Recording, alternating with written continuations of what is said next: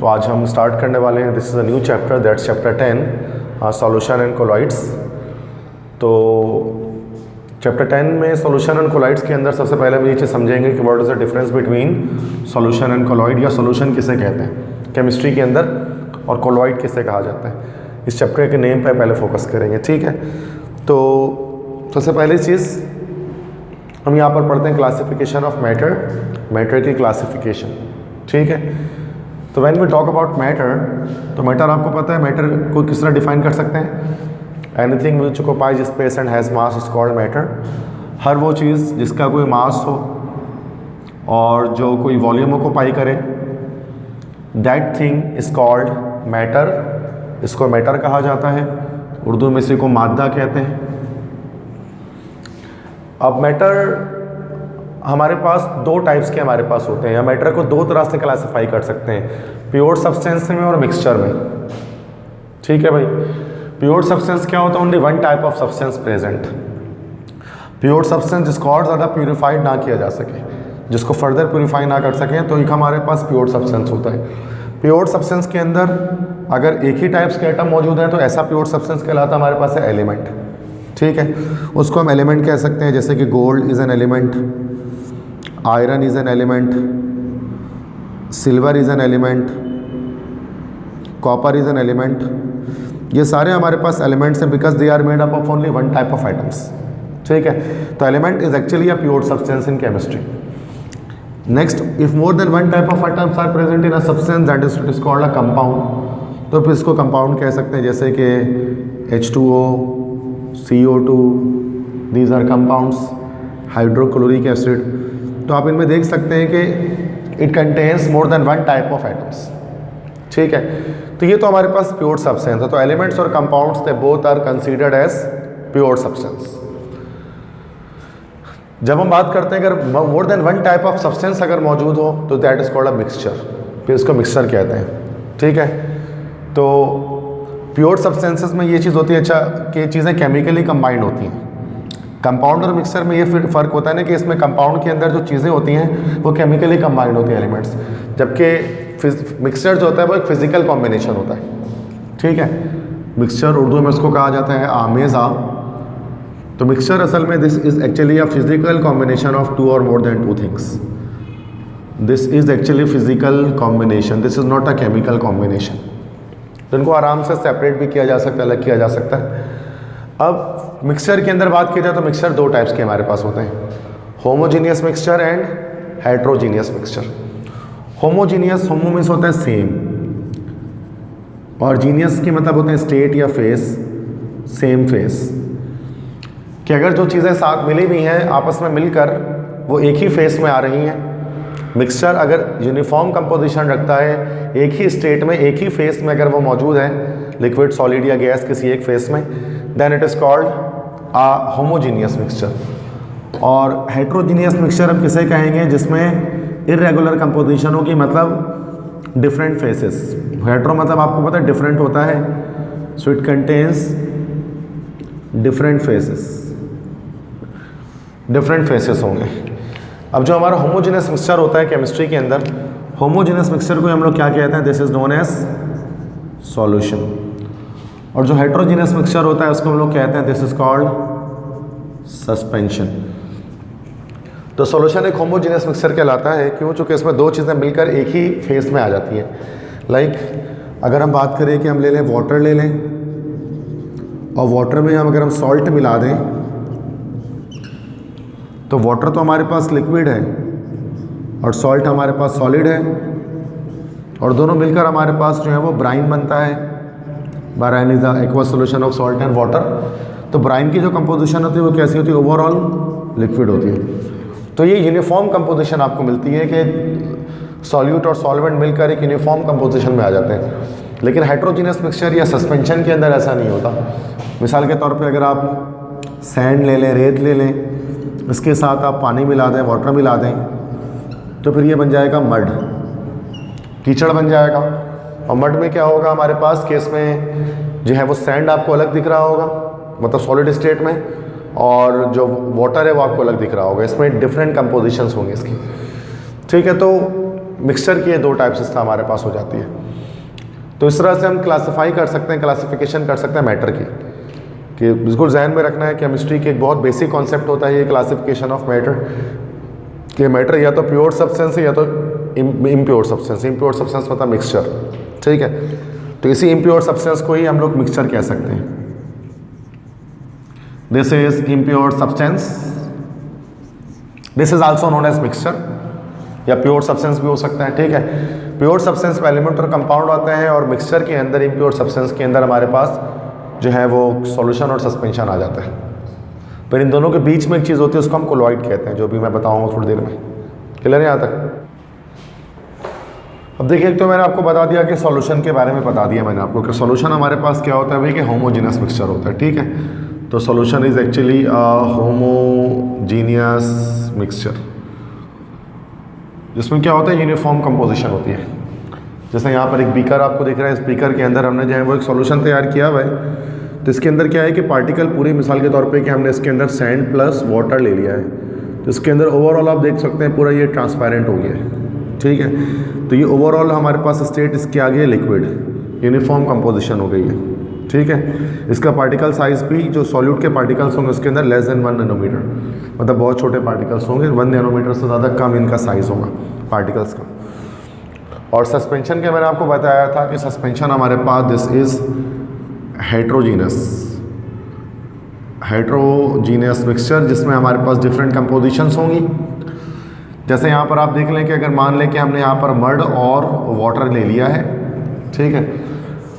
तो मड और वाटर से हमारा सैंड और वाटर ले लिया है और इससे कीचड़ बन गया है, मड तैयार हो गया, ठीक है। अब इसमें जो हमारे पास सैंड के पार्टिकल, सॉल्यूट के पार्टिकल्स होंगे वो हमें विजिबल होंगे, मतलब वाटर अलग विजिबल होगा, सैंड के पार्टिकल्स अलग विजिबल होंगे। इसमें पार्टिकल साइज भी ग्रेटर देन 1000 नैनोमीटर होगा। और थोड़ी देर के बाद क्या होगा, पार्टिकल सेटल डाउन हो जाएंगे, ठीक है, नीचे बैठ जाएंगे ये सैंड के पार्टिकल सारे, और इनके पार्टिकल्स हम नेकेड आई से देख सकेंगे। लेकिन जो कोलॉइड एक चीज़ होती है ना, colloid, so colloid is actually intermediate between solution and suspension. ये इंटरमीडिएट होती है between a solution and suspension, ठीक है। कोलॉइडल सॉल्यूशन जिसको हम लोग कह सकते हैं। इसके पास सॉल्यूशन और सस्पेंशन दोनों जैसे क्वालिटी होती है। इसके अंदर पार्टिकल का साइज़ आप देख लें कि मतलब सॉल्यूट के पार्टिकल्स का साइज़ सॉल्यूशन जितना स्मॉल नहीं है, ना ही जो है वो सस्पेंशन जितने बड़े हैं। इनका पार्टिकल साइज़ 1 नैनोमीटर से लेकर 1000 नैनोमीटर के बीच में होता है, मतलब इनसे बड़े होते हैं पार्टिकल्स और जो है वो इनसे छोटे पार्टिकल्स होते हैं, ठीक है। तो ये इस तरह की जो है इसको हम कोलॉइड कहते हैं। इसके अंदर सॉल्यूशन की प्रॉपर्टी आती है कि particles do not settle down, particles इसमें सेटल डाउन नहीं होते, तो ये सॉल्यूशन का पार्टिकल्स। और सस्पेंशन की क्या इसमें प्रॉपर्टी आती है, तो particles can be seen using a microscope की मदद से आप इनके पार्टिकल्स को देख सकते हैं, जबकि सॉल्यूशन के पार्टिकल्स को देखा नहीं जा सकता, ठीक है, जिसके सॉल्यूट के पार्टिकल्स हैं। तो एक तरह से सस्पेंशन वाली क्वालिटी भी आ रही है कि पार्टिकल को देखा जा सकता है, और सॉल्यूशन वाली प्रॉपर्टी आ रही है कि पार्टिकल सेटल डाउन नहीं हो रहे। बहुत सारी मिसालें उसके अंदर हो सकती है, जैसे कि एग्जांपल मिल्क की होती है। मिल्क जो है वो कोलॉइड है। मिल्क ना तो वो सॉल्यूशन है, मिल्क ना तो वो सस्पेंशन है। मिल्क के अंदर भी कुछ पार्टिकल्स होते हैं जो उसमें सस्पेंडेड होते हैं, ठीक है, उसमें कोलॉइड कर रहे होते हैं वो। तो वो मिल्क इसकी एक हमारे पास कोलॉइड की एक बहुत अच्छी एग्जाम्पल है। क्लियर है? ठीक है। इसी चीज़ को कंपैरिजन को देखने के लिए आपकी बुक में टेबल नंबर 10.1 है, जिसमें हम सॉल्यूशन, सस्पेंशन और कोलॉइड को कंपेयर कर रहे हैं आपस में। तो इसमें काफ़ी अच्छी तरह से आपको चीज़ें क्लियर हो जाएंगी।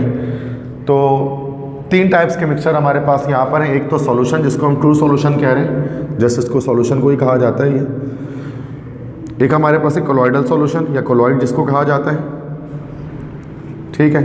और थर्ड हमारे पास है सस्पेंशन। अब फिजिकल अपीयरेंस क्या है कि ट्रू सॉल्यूशन या सॉल्यूशन जो हमारे पास होता है वो ट्रांसपेरेंट है। सॉल्यूशन में आपको मिसाल जैसे कि आपने ले ली हमने, जैसे मैंने यहाँ पर आपको एक मिसाल दी थी कि जो सॉल्यूशन है उसमें मिसाल यहाँ पर लेकर ग्लूकोज सॉल्यूशन, पानी में ग्लूकोज मिला दिया गया, तो वो आपको पता है ट्रांसपेरेंट होता है, ठीक है। और पार्टिकल साइज क्या होता है? लेस देन 1 नैनोमीटर, 1 नैनोमीटर से कम पार्टिकल साइज होता है। Visibility invisible to naked eye, naked eye से हम उसको नहीं देख सकते, ठीक है, पार्टिकल्स को। सेटलिंग के बारे में क्या? Particles do not settle down. आपको पता है कि सॉल्यूशन के अंदर सॉल्यूट के पार्टिकल्स कभी सेटल डाउन नहीं होते, ठीक है, वो सस्पेंडेड होते हैं ओवरऑल। कोलॉइडल सॉल्यूशन के अंदर क्या होता है कि जो इसकी फिजिकल अपीयरेंस होती है कि ये ट्रांसलूसेंट होता है, ट्रांसपेरेंट और ओपेक के इन बिटवीन होते हैं ट्रांसलूसेंट, पार्शियली ट्रांसपेरेंट जिसको हम कह सकते हैं। आर पार देख पाएंगे आप उससे, लेकिन बहुत ज़्यादा नहीं, थोड़ा सा, ठीक है। तो ब्लड सा एक विजन क्रिएट होगा। Particle size between 1 nanometre to 1000 nanometre. Visibility visible under powerful microscope के अंदर उसके पार्टिकल्स विजिबल होंगे। सेटलिंग के बारे में क्या? Particles do not settle down to their own but can be made by coagulation. मतलब ऐसा पार्टिकल्स सेटल डाउन नहीं होते, खुद ही से पार्टिकल सेटल डाउन नहीं होंगे उसमें, जैसे कि सस्पेंशन में हो जाते हैं। मिल्क इसकी एग्जाम्पल है कोलॉइडल सॉल्यूशन की, ठीक है। सस्पेंशन की बात करते हैं तो सस्पेंशन में फिजिकल अपीयरेंस आपको पता है ओपेक है। जैसे कीचड़ है, कीचड़ को अगर आपने गिलास में डाल दिया तो उसे आर पार आप नहीं देख पाएंगे, तो वो ओपेक होता है। और इसके पार्टिकल साइज 1000 नैनोमीटर से ज़्यादा होता है। विजिबिलिटी ईजिली विजिबल होते हैं उसके पार्टिकल्स नेकेड आइज से। मड के अंदर जो सैंड के पार्टिकल्स होंगे वो ईजिली विजिबल होंगे। सेटलिंग क्या है? पार्टिकल सेटल डाउन, खुद ही सेटल डाउन भी हो जाते हैं वो नीचे सॉल्यूट के पार्टिकल्स, जैसे मड इन वाटर, ये एग्जाम्पल हो गए। क्लियर है? नेक्स्ट इसके बाद हम डिस्कस करते हैं हाइड्रोफिलिक और हाइड्रोफोबिक मॉलिक्यूल्स के बारे में। देखो मॉलिक्यूल्स तो आपको पता है कॉम्बिनेशन ऑफ एटम्स को मॉलिक्यूल कहा जाता है, तो ना मॉलिक्यूल्स हम कहते हैं कॉम्बिनेशन ऑफ एटम्स, दो या दो से ज़्यादा एटम्स जब भी मिलते हैं तो फिर मॉलिक्यूल्स बन जाते हैं वो, ठीक है। तो मॉलिक्यूल्स दो तरह के होते हैं, हाइड्रोफिलिक और हाइड्रोफोबिक। हाइड्रो मीन्स क्या होता है? हाइड्रो मीन्स होता है वाटर, और फिलिक मतलब होता है लवर या फिर लविंग कह सकते हैं, वाटर लविंग। हाइड्रोफिलिक मॉलिक्यूल्स मतलब water loving molecules, and hydrophobic molecules, hydro means यहाँ पर भी वाटर हो गया, और फोबिक का मतलब होता है फियरिंग या रिपेलिंग, वाटर रिपेलिंग, वाटर को दूर करने वाले। तो हाइड्रोफिलिक मॉलिक्यूल्स भी होते हैं, हाइड्रोफोबिक मॉलिक्यूल्स होते हैं। सबसे पहले देखते हैं हाइड्रोफिलिक मॉलिक्यूल्स किसे कहा जाता है।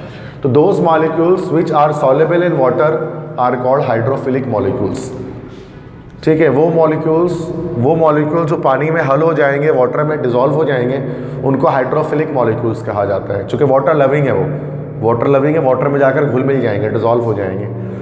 The polar covalent molecules are hydrophilic in nature, और जो पोलर कोवेलेंट मॉलिक्यूल्स हमारे पास होते हैं वो हाइड्रोफिलिक नेचर के होते हैं। पोलर कोवेलेंट बॉन्डिंग आपको पता है, अगर दो डिफरेंट एटम्स के बीच में कोवेलेंट बॉन्डिंग हो जाए तो, जैसे यहाँ पर HCl की बात जब हम करते हैं तो HCl में आपको पता है कि पोलैरिटी जनरेट होती है।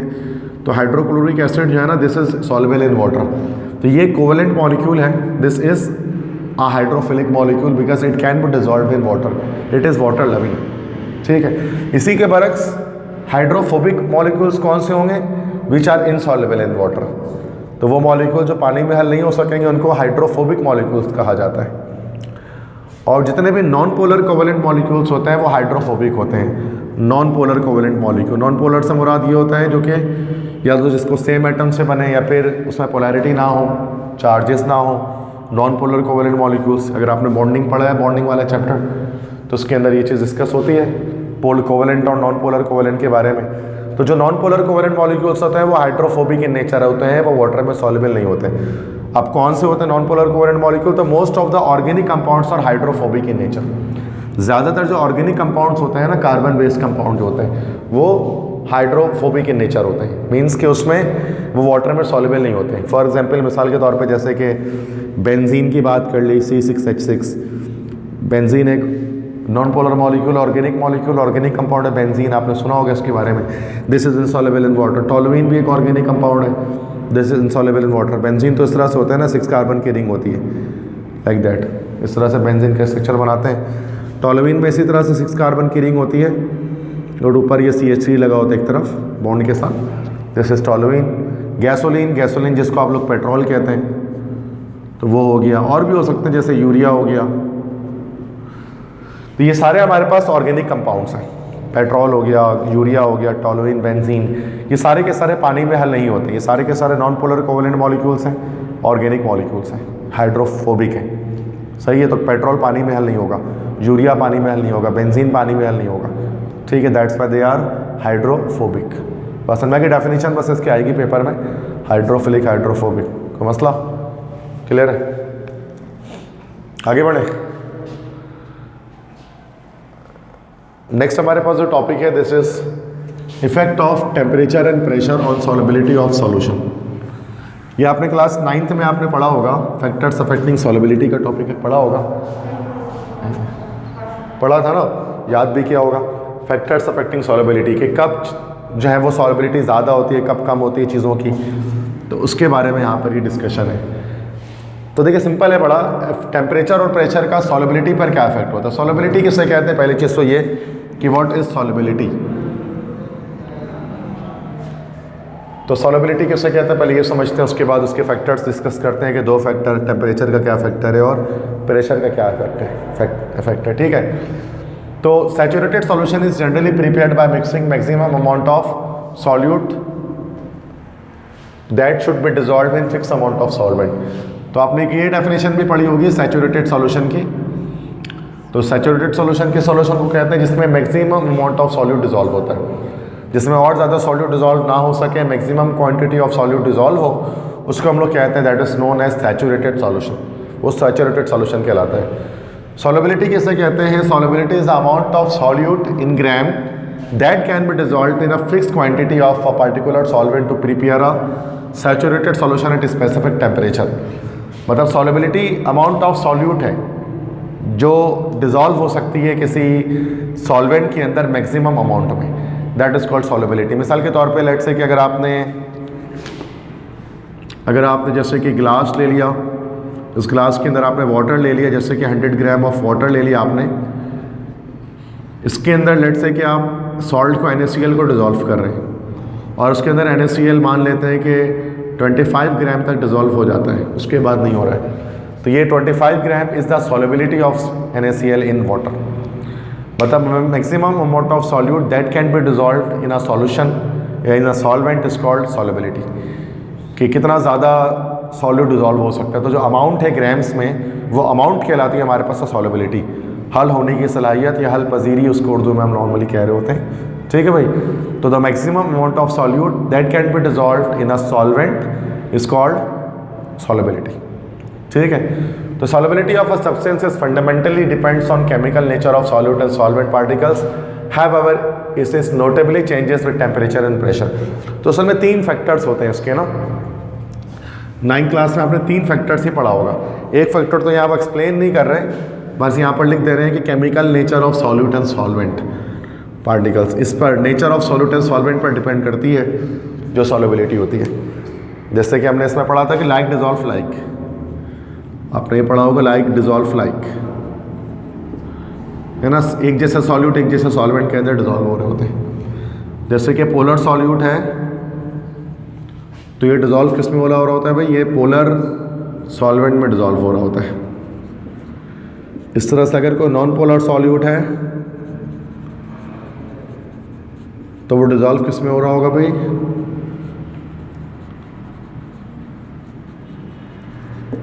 नॉन पोलर सॉल्वेंट में डिजॉल्व हो रहा होगा।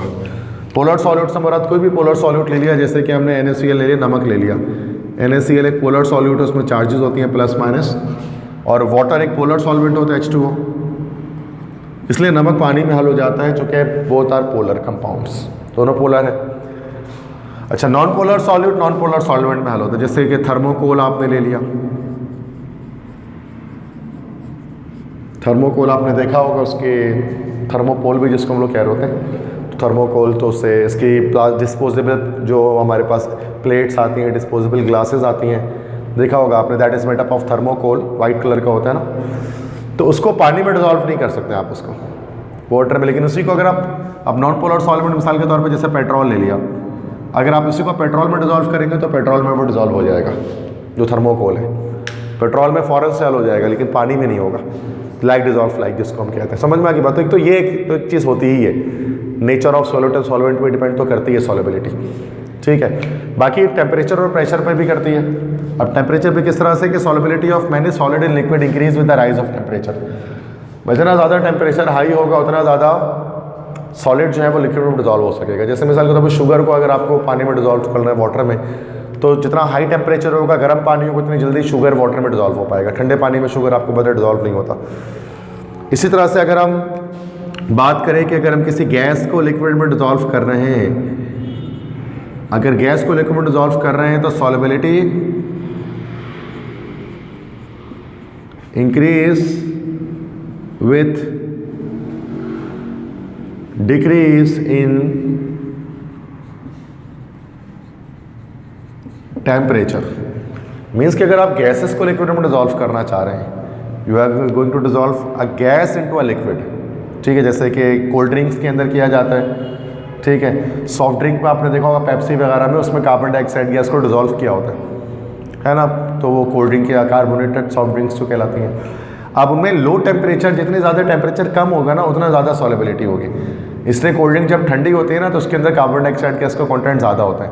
ये अगर आप गर्म कोल्ड ड्रिंक आप पिएंगे तो उसमें से कार्बन डाइऑक्साइड गैस सारे निकल चुकी होगी, गैसेस, ठीक है। तो जब हम बात करते हैं गैस की लिक्विड सॉलिड में, गैस की लिक्विड में सॉल्युबिलिटी में, तो फिर वो जाहिर सी बात है कि वो टेम्परेचर डिक्रीज़ होने पर फिर वो बढ़ती है, जबकि सॉलिड अगर लिक्विड में डिज़ोल्व करेंगे तो उसमें रिवर्स हो जाता है, उसका उल्टा होता है, ठीक है।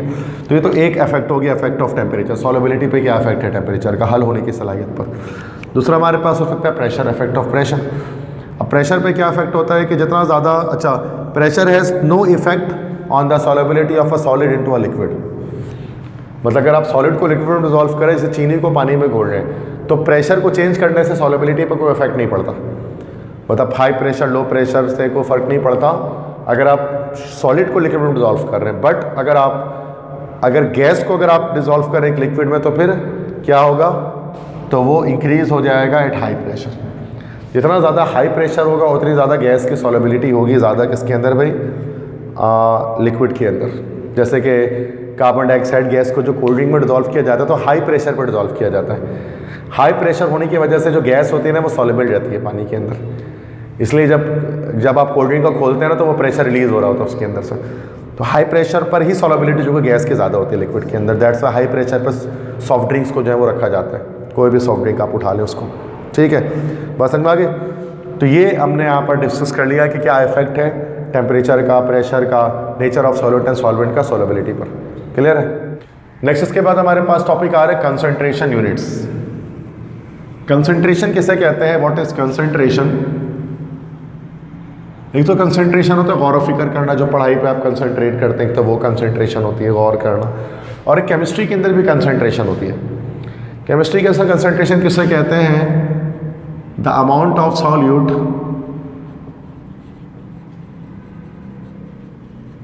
dissolved in a solution is called concentration। Solution के अंदर जितना भी सॉल्यूट डिसॉल्व होता है, that is called concentration. The amount of solute dissolve in a solution is called concentration, ठीक है।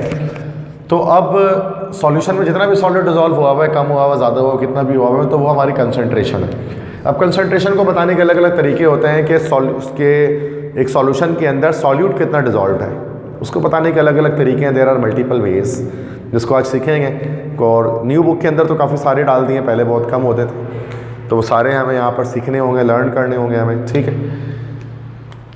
तो कंसंट्रेशन, एक तो कंसंट्रेशन नॉर्मली किचन वगैरह में हम कहते हैं ना, जैसे टेबल स्पून या टी स्पून से नापते हैं कि भाई 2 टी स्पून है ना, 2 टेबल स्पून आप इतने मिला दें, तो वो भी कंसंट्रेशन ही बता रहे होते हैं कि कितना ज़्यादा आपको सॉल्यूट मिलाना है सॉल्यूशन के अंदर।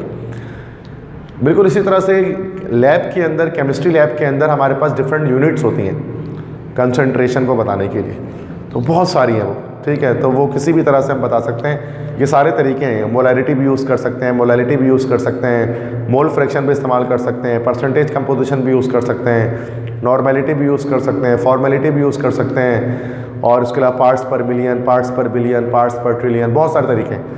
तो वो जो तरीके न्यू बुक के अंदर आए हैं, वो सारे तरीके हम यहाँ पर डिस्कस कर लेंगे जो हैं, ठीक है। तो उनसे एमसी न्यूमेरिकल्स भी सॉल्व करेंगे उससे। तो सबसे पहला हमारे पास जो तरीका है सॉल्युबिलिटी को बताने का, that is percentage composition. Percentage composition ये वो मेथड है, यह फार्मूला कह लें आप इसको, ये यूनिट है कंसंट्रेशन को बताने की। परसेंटेज कंपोजिशन बहुत तरह की होती है। इसको मास बाय मास परसेंटेज से भी देखते हैं, मास बाय वॉल्यूम परसेंटेज से भी देखते हैं, वॉल्यूम बाय मास से भी देखते हैं, वॉल्यूम बाय वॉल्यूम से भी देखते हैं। ये 4 तरह की होती है percentage composition, mass mass, mass volume, volume mass, volume volume. तो यहाँ पर हमारे बुक के अंदर सिर्फ ये एक परसेंटेज के बारे में तस्करा है, मास मास परसेंटेज के हिसाब से, या वेट बाय वेट परसेंटेज के लिहाज से उसको देखेंगे।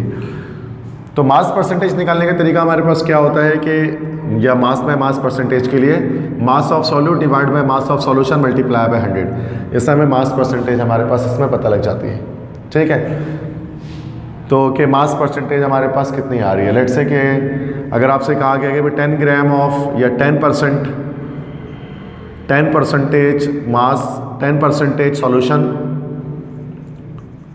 ऑफ NaCl इन वाटर, मिसाल के तौर पर कहा जा रहा है 10% सॉल्यूशन है NaCl का वाटर में, और ये आपको मास मास परसेंटेज बताई जा रही है। तो ये जो 10% आपको बताया गया ये NaCl का मास हो गया 10 ग्राम, तो वाटर कितना होगा, जाहिर सी बात है वो 90 ग्राम हो जाएगा। ठीक है, 100 में से माइनस कर देंगे इस 10 को। तो ये इस तरह से हम परसेंटेज वाइज भी शो करते हैं समटाइम्स कि 30% सोल्यूशन तैयार किया गया है, 10% कंसनट्रेटेड है, 20% है, तो that is called mass mass percentage. निकालने का तरीका सिंपल है, मास of solute divide by mass of solution multiply by 100, तो इससे आपको मास परसेंटेज पता लग जाती है, मास बाय मास। ठीक है भाई, क्लियर है कि कितना परसेंट जो है वो मास मौजूद है सॉल्यूशन के अंदर जो है वो सॉल्यूट का। क्लियर है, तो ये formula just we need to remember this formula, इसको न्यूमेरिकल में यूज़ करेंगे अभी हम। इसके बाद नेक्स्ट हमारे पास सेकंड हमारे पास है, दिस इज कॉल्ड मोलैरिटी। ये भी आपने क्लास 9 में पढ़ा होगा, कैपिटल M से शो करते हैं मोलैरिटी को। इसका मोलैरिटी भी कहते हैं, इसी को कहा जाता है मोलर कंसंट्रेशन। मोलर कंसंट्रेशन इसी को कहते हैं, मोलैरिटी को कहते हैं। कैपिटल M से इसको हम लोग शो करते हैं। ठीक है, molarity, molar concentration, capital M, इन सब के एक ही मतलब होते हैं। ठीक है, और ये क्या होते हैं, it is the number of moles of solute dissolve per litre of solution. 1 litre solution में जितने भी मोल्स ऑफ सॉल्यूट डिजॉल्व है दैट इज कॉल्ड मोलैरिटी। तो मोलैरिटी का एक बेसिक फार्मूला हमारे पास है कि आप molarity is equal to moles of solute upon litres of solution या volume of solution in dm³। तो दिस इज द फार्मूला जिससे हम मोलैरिटी निकाल लेते हैं। ऊपर मोल्स ऑफ सॉल्यूट आ जाते हैं न्यूमरेटर में, और डिनोमिनेटर में volume of solution in dm³, और dm³ आपको पता है लीटर्स को ही कहते हैं ना। ठीक है, तो लीटर्स ऑफ सॉल्यूशन से डिवाइड कर देते हैं, और यूनिट इसकी जो आ जाती है, यूनिट हम अलग अलग तरह से लिखते हैं, कैपिटल M भी लिख सकते हैं यूनिट में, या फिर हम इसको कुछ बच्चे इस तरह मोल्स पर डेसीमीटर क्यूब भी लिखते हैं, एक ही बात है। मोल पर dm³ भी इसी यूनिट है, या फिर इसी को हम लोग लिख सकते हैं मोल पर लीटर्स भी लिख सकते हैं। ठीक है, तो ये सब यूनिट्स हैं हमारे पास किसके, मोलैरिटी की। तो बस इसका सिंपल एक फॉर्मूला याद रखें, मोल्स ऑफ सॉल्यूट पर लीटर्स ऑफ सॉल्यूशन। ठीक है, इससे मोलैरिटी हमें पता लग जाती है। अच्छा, मोलैरिटी के बारे में एक पॉइंट है MCQs के लिहाज से, वो आप याद रखेंगे कि molarity is temperature dependent because the volume of solution decreases और इंक्रीजेस विद टेम्परेचर। कि मोलैरिटी जो है ना भाई, मोलैरिटी वो टेम्परेचर डिपेंडेंट है भाई। टेम्परेचर कम ज़्यादा करने से मोलैरिटी में फ़र्क पड़ता है। मोलैरिटी की वैल्यू हमेशा फिक्स नहीं होती, फिक्स टेम्परेचर पर फिक्स रहती है। मतलब मिसाल के तौर पर 25 डिग्री सेंटीग्रेड पर अगर किसी चीज़ की एक मोलैरिटी आ रही है, वो कुछ भी आ रही है, जैसे कि 3 मोलर आ रही है, अब 45 डिग्री सेंटीग्रेड पर वो 3 मोलर नहीं रहेगी, वो चेंज हो जाएगी। तो टेम्परेचर डिपेंडेंट है, टेम्परेचर पर डिपेंड करती है मोलैरिटी की वैल्यू। क्यों डिपेंड करती है? क्योंकि वॉल्यूम जो है ना, आपको पता है वॉल्यूम वो टेम्परेचर डिपेंडेंट होता है। ठीक है ना, टेम्परेचर चेंज करने से वॉल्यूम चेंज हो रहा होता है, तो मोलैरिटी की वैल्यू भी चेंज हो रही होती है। ठीक है भाई, तो ये चीज़ याद रखें। नेक्स्ट उसके बाद थर्ड हमारे पास है this is molality, small m से शो करते हैं। सो क्लास 9 में आपने ये भी पढ़ा होगा मोलैलिटी। इसी को हम लोग कहते हैं this is known as molar concentration.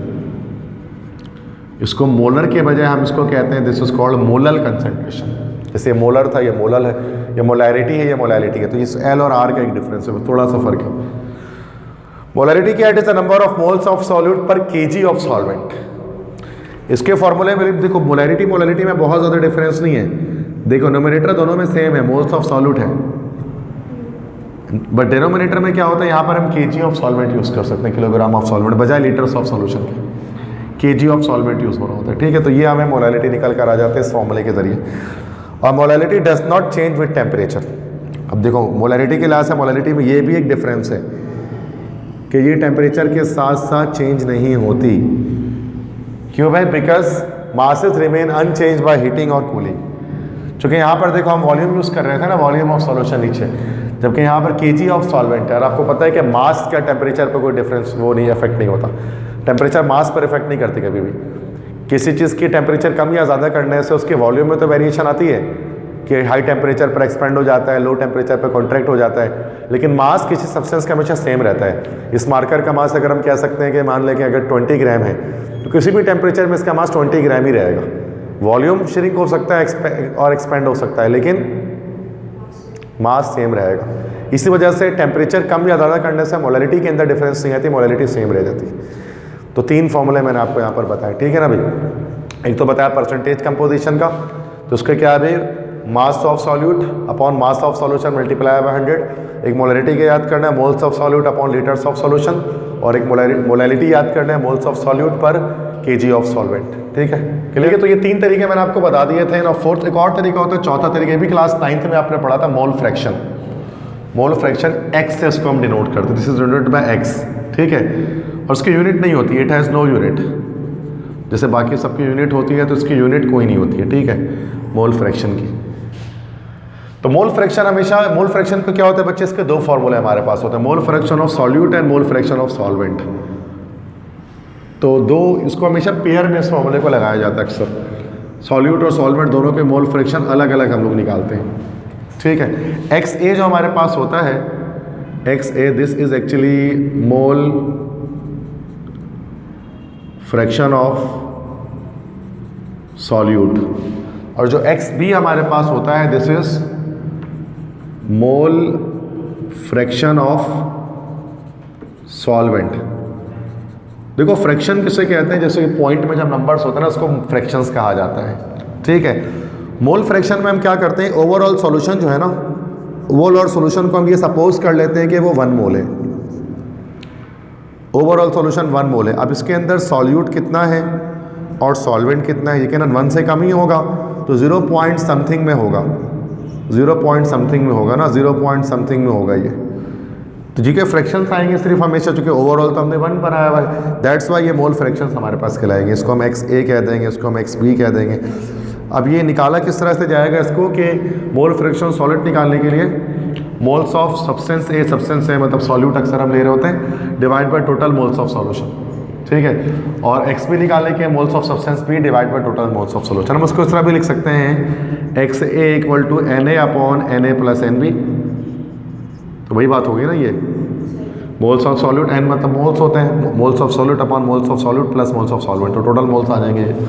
इस तरह से एक्स बी 9 में आपने ये फॉर्मूला पढ़ा होगा ना, N B upon N A plus N B, ठीक है। तो बस ऊपर न्यूमरेटर में चेंजिंग आ जाएगी। तो वही बात है, एक ही चीज़ इस शॉर्ट में मैंने लिख दिया। और ये भी पता है, the sum of mole fraction of all the components of a solution is always the unity. Mole fraction of solute और सॉल्वेंट को जब भी हम प्लस करेंगे तो हमेशा 1 आएगा। वो सिंपल सी बात है ना, जब इन दोनों को प्लस किया जाएगा तो 1 ही रहेगा वो, चूँकि ओवरऑल प्लस करेंगे तो सॉल्यूशन के बराबर है, सॉल्यूशन तो 1 मोल ही रखते हैं उसके अंदर है। तो ओवरऑल जब भी सॉल्यूट और सॉल्वेंट के मोल फ्रैक्शन को प्लस करते हैं तो आंसर उसका हमेशा 1 आता है, ठीक है। क्लियर है मसला, आगे बढ़े। अच्छा, अब ये कुछ और हमारे पास, ये तो मैंने कुछ बता दी क्लास 9th में आपने पढ़ी होंगी, 9th की चीज़ें दोबारा रिपीट हो गई। Percentage composition, molarity, molality, mole fraction, अभी कुछ चीज़ें जो आपने पढ़ी नहीं होंगी या ये नहीं पढ़ा होगा, ये न्यू आ रहा है। ये parts per million, parts per billion और पार्ट्स पर ट्रिलियन, ठीक है। तो parts per million, parts per billion, parts per trillion, इसको हम देखते हैं। तो these units are used in analytical और biochemical research work when solute is present in very small quantity. अगर सॉल्यूट की मिकदार बहुत कम हो, बहुत थोड़ी हो किसी चीज़ के अंदर, तो फिर हम क्या करते हैं, फिर हम कंसंट्रेशन बताने के लिए मोलैरिटी, मोलैलिटी, मोल फ्रैक्शन, ये सब नहीं यूज़ कर सकते। फिर हम ये यूज़ कर सकते हैं, मिसाल के तौर पे जैसे कि अगर कोई दवाई बनाई जा रही है, कोई सिरप बनाया जा रहा है। अब सिरप के अंदर जो एक्टिव इंग्रेडिएंट होता है वो बहुत थोड़ा सा होता है, जो बीमारी को दूर कर रहा होता है। अब वो बहुत थोड़ा सा होता है, उसकी क्वांटिटी को बताने के लिए हम लोग ppm या इस तरह से parts per million, parts per billion इस तरह इस्तेमाल कर रहे होते हैं। बायोकेमिकल रिसर्च वर्क में, एनालिटिकल वर्क में, पानी के अंदर मिसाल के तौर पे कितना ज़्यादा जरासीम मौजूद हैं, कितना ज़्यादा उसके अंदर इम्प्यूरिटीज़ मौजूद हैं, तो वो बहुत थोड़ी मिकदार में वाटर में होती है, तो उसको इन यूनिट से शो किया जाता है, उनको मोलैरिटी से शो नहीं करते। तो अगर सॉल्यूट बहुत छोटी मिकदार में, बहुत थोड़ी मिकदार में, तो फिर ये 3 यूनिट्स यूज़ किए जाते हैं, parts per million, parts per billion, parts per trillion, ppm, ppb और ppt। ठीक है, तो parts per million, parts per billion, parts per trillion. तो ppm क्या है? Parts per million is a number of parts और अमाउंट, मास और volume of solute in million parts of the amount of solution. Parts per million से मुराद के 1 million parts of solution के अंदर कितना पार्ट सॉल्यूट का मौजूद है, ppm जिसको हम लोग कह रहे होते हैं। अब इसका तरीका याद रखिए कि ये कैसे ppm कैसे निकाला जाएगा, तो फॉर्मूला याद रखना है। ठीक है, मास of solute upon mass of solution. देखो ये सेम वैसा ही है जैसे हमने परसेंटेज निकालने के लिए किया होता है, बट से उसमें 100 से मल्टीप्लाई कर रहे हो तो उसमें 10 टू द पावर 6 से मल्टीप्लाई कर देते हैं। 10 टू द पावर 6 हमारे पास आपको पता है 1 1 2 3 4 5 6 6 टाइम्स 0 आ जाएंगे। यूनिट 10 100 1000 10,000 100,000 मिलियन, तो this is actually 1 million. That's why इसको हम लोग कह रहे हैं पार्ट्स पर मिलियन। तो 1 मिलियन से इसको मल्टीप्लाई करना पड़ता है। सेम उसी तरह पार्ट्स पर बिलियन में क्या करेंगे, सेम वही चीज़ है, मतलब amount of solute amount of solution दोनों को डिवाइड किया और मल्टीप्लाई कर दिया 10 की पावर 9 से। अब ये हमें पता है बिलियन होता है 1, उसके बाद 1 2 3 4 5 6 7 8 9 unit 10 100 1000 10,000 100,000 million 10 million 100 million billion. 10 to the power 9 is equal to 1 billion. So this is 1 billion. तो इसको हम कह सकते हैं कि इसमें फिर हमें पार्ट्स पर बिलियन आ जाएगा कि 1 बिलियन पार्ट्स ऑफ सॉल्यूशन के अंदर कितना पार्ट हमारा सॉल्यूट का मौजूद है। इस तरह पार्ट्स पर ट्रिलियन। ठीक है, अब आपको मिलियन बिलियन ट्रिलियन ये नंबर्स होते हैं। बिलियन जैसे 10 लाख को हम लोग कहते हैं ना उर्दू में, 10 लाख 1 मिलियन होता है। बिलियन कितने को कहते हैं? इकाई दहाई सैकड़ा हज़ार 10,000 लाख 10 लाख करोड़ 10 करोड़ अरब। 1 अरब जो हमारे पास होता है तो वो हमारे पास कहलाता है दैट इज़ बिलियन उर्दू में। इस तरह पार्ट्स पर ट्रिलियन, इसमें क्या होगा कि सेम 10 टू द पावर 12 से हम उसको मल्टीप्लाई कर देंगे, मतलब 1 के बाद इस तरह से 1 2 3 4 5 6 7 8 9 10 11 12, मतलब ये 6 है फिर 3 प्लस किया फिर 3 प्लस किया, इस तरह 6 9 12 ऐसे चल रहे हैं। ठीक है, तो unit 10 100 1000 10,000 100,000 million 10 million 100 million billion 10 billion 100 billion trillion. तो 1 ट्रिलियन 10 टू द पावर 12 होता है ना हमारे पास, तो दिस इज 1 ट्रिलियन। तो देखा जाए तो फॉर्मूले बिल्कुल सेम है, बट सिर्फ यहाँ पर जो मल्टीप्लाई हम कर रहे हैं इसमें मिलियन से, इसमें बिलियन से, उसमें ट्रिलियन से कर रहे हैं। क्लियर है? तो ये कब इस्तेमाल करते हैं? जब बहुत स्मॉल अमाउंट ऑफ हमारे पास सॉल्यूट मौजूद हो तो फिर ये वैल्यूज इस्तेमाल करते हैं। क्लियर है वो मसला?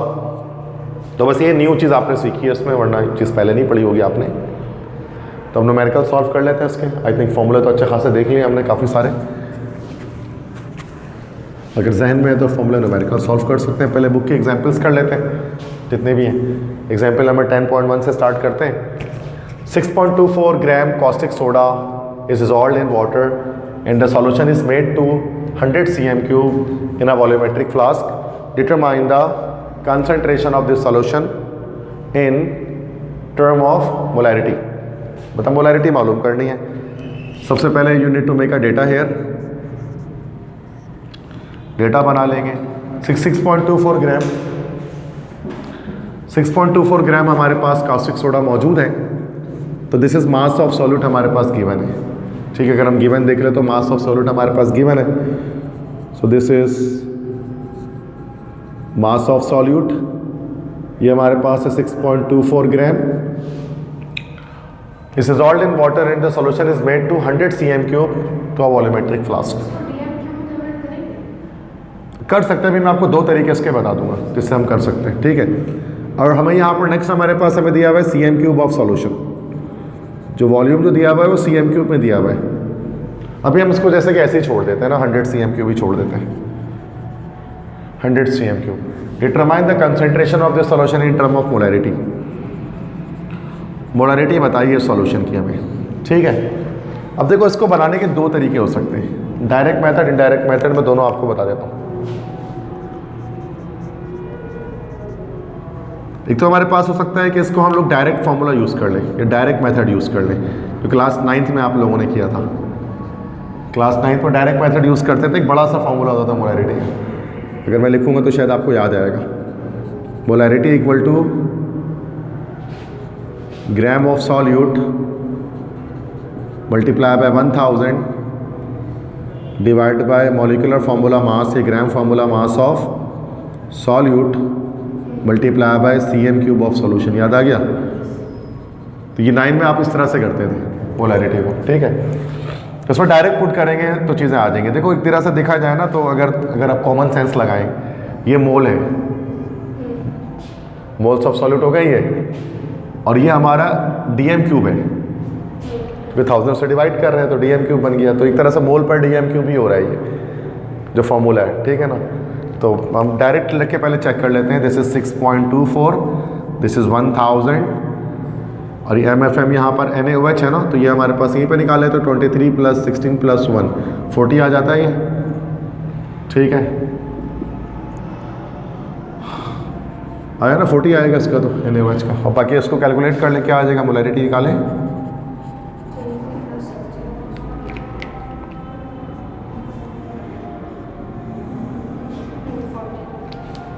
कितने आए?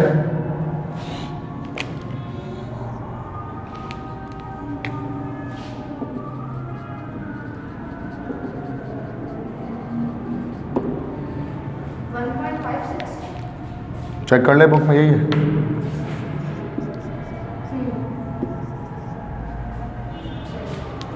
ये तो डायरेक्ट मेथड हमारे पास, हम इनडायरेक्ट मेथड के थ्रू भी कर सकते हैं। We can also do it by indirect method. मतलब जैसे कि हमें पता है मोलैरिटी का भी, हमने जो फॉर्मूला भी देखा मोलैरिटी का, वो क्या था, this is moles of solute divided by litres of solution, या वही volume of solution in dm³, ठीक है। तो हमने तो ये वाला फॉर्मूला देखा है। अब चूंकि मोल्स हमें नहीं पता है तो हम यहाँ मोल्स फाइंड आउट कर लेते हैं पहले। हमें पता है mole equal to mass upon molecular mass, mass is 6.24 and divide by 40, कितना आ गया ये 0.15 मोल, ओके। और यहाँ पर हम इसको क्या dm³ बना लेते हैं बाय डिवाइडिंग इट विथ 1000, तो ये आ गया 0.1 dm³, सही है। अब अगर हम मोलैरिटी निकालना चाहें तो मोलैरिटी हमारे पास निकल जाएगी, this is moles of solute 0.15 divided by 0.1, तो अब देखिए दोबारा ये आ जाएगा 1.56 आ रहा है।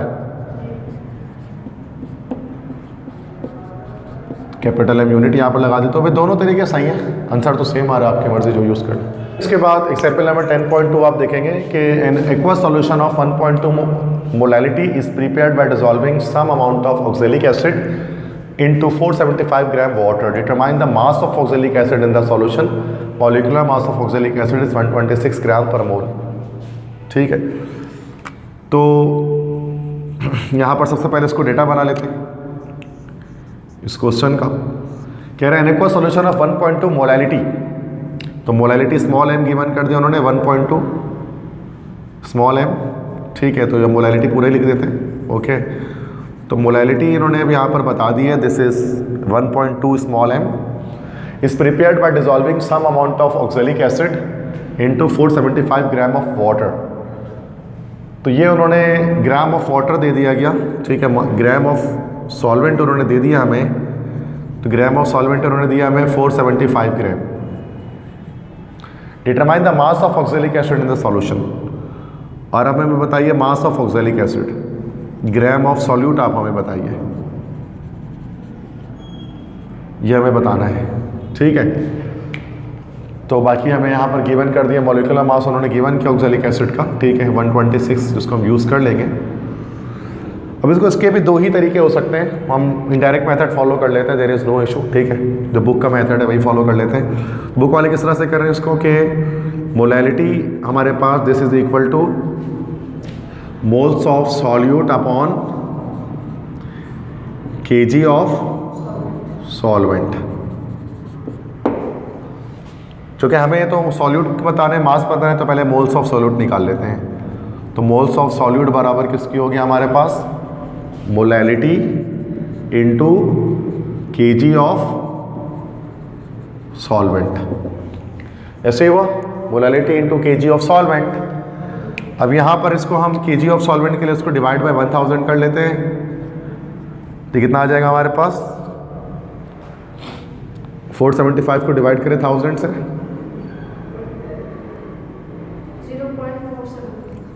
0.475 ग्राम ये हमारे पास आ गया, ठीक है, तो 0.475 ग्राम हमारे पास आ गया, दिस इज़, तो हम यहाँ पर निकाल लेते हैं। तो मोलैलिटी हमारे पास है दैट इज़ 1.2 इंटू 0.475।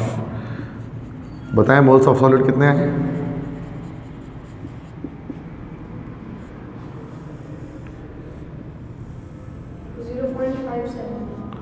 0.57 मोल्स। लेकिन हमें तो मोल नहीं बताने थे, हमें तो बताना था ग्राम of solute.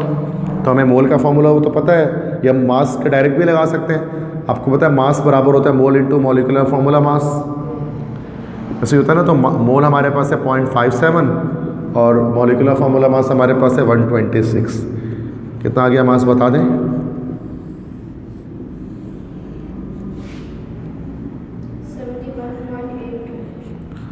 71.82 gram and this is your final answer. Check कर लीजिए आंसर है, ठीक है, ओके। डायरेक्ट मेथड ज़्यादा इजी। डायरेक्ट में क्या होता है भाई, डायरेक्ट मेथड के अंदर अगर डायरेक्ट करेंगे तो फॉर्मूला इसमें चेंज हो जाएगा दोबारा से। तो मोलैलिटी का फॉर्मूला हमारे पास क्या है, मोलैलिटी इज इक्वल टू जैसे कि ग्राम of solute multiply by 1000 divide by molecular formula mass of solute multiply by gram of solvent. तो ये हो जाएगा हमारे पास, जो हमें निकालना है ग्राम ऑफ सॉल्यूट, तो ग्राम ऑफ सॉल्यूट बराबर हो जाएगा यहाँ पर हमारे पास मोलैलिटी। अब ये दोनों डिवाइड हो रहे हैं, मल्टीप्लाई में चले जाएंगे इधर पर। तो MFM of solute multiply by gram of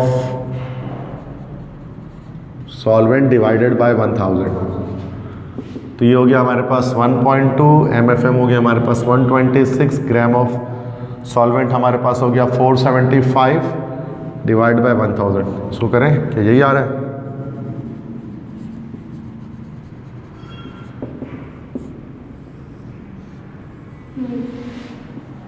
यार 71.82 ग्राम, तो बस सही है, कोई भी यूज़ कर ले आपके मर्जी। तो इस फॉर्मूले में भी सेम यही हो रहा है ना कि ये हमारे पास मोल ऑफ सॉल्यूट बन रहा है और ये हमारे पास केजी बन जा रहा है ऑटोमेटिकली। तो बात तो वही है। नेक्स्ट एग्जाम्पल नंबर 10.3 देखें कि 45 gram glucose dissolved in 72 gram water to make a solution, calculate the mole fraction of glucose and water in the solution. ठीक है, तो अब इसके अंदर हमारे पास क्या है कि डेटा में अगर हम देखें तो हमें 45 ग्राम ग्लूकोज डिसॉल्व किया जा रहा है 72 ग्राम ऑफ वाटर के अंदर। तो मास ऑफ सॉल्यूट मतलब MA इसको हम लोग कह सकते हैं, MA कह सकते हैं, वो हमारे पास है 45 ग्राम। ठीक है, और MB हमारे पास जो मास ऑफ वाटर है that is 72 gram. Calculate the mole fraction of glucose and water in the solution, मतलब आपको एक XA बताना है और B आपको क्या बताना है, XB बताना है, मतलब मोल fraction of solute and solvent बताना है। अच्छा, इसमें डायरेक्ट फॉर्मूले लगाकर हम ये काम अभी नहीं कर सकते इस वक्त, चूँकि जब हम सॉल्यूशन करेंगे तो हमें पता है कि हमें इन मोल्स चाहिए होंगे ना, तो हमें मोल्स निकालने होंगे। जैसे NA हमने पहले निकाल दिया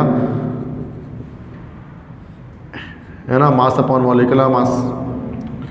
तो NA moles of solute MA हमारे पास हो गया 45, और चूँकि क्या है ग्लूकोज है, ग्लूकोज का हमारे पास आता है दैट इज़ ग्लूकोज होता है C6H12O6 होता है ना, ये तो 180 आ रहा होता है ना इसका, ग्लूकोज का मॉलिक्यूलर मास निकालना आता है C6H12O6 का, तो 180 निकलता है इसका, that is 12 into 6 plus 1 into 12 plus 16 into 6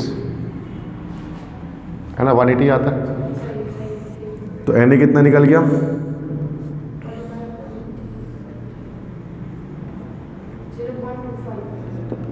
0.25, this is moles of solute.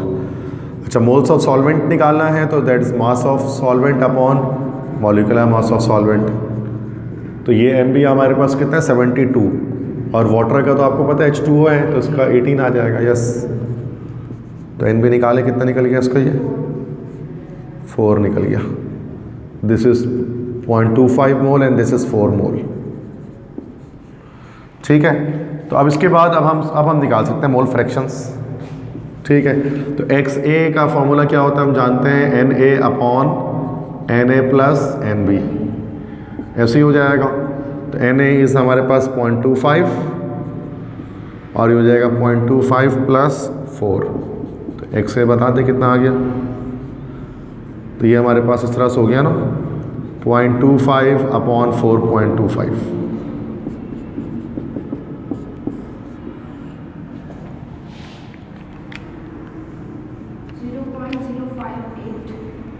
इसको डिवाइड करने से 0.058 यही आ रहा है, ओके। उसके बाद एक्स बी अगर निकालना है तो हमें पता है कि that is N B upon N A plus N B. तो ये हो गया 4 upon 0.25 plus 4 means 4 upon 4.25। X P निकालें,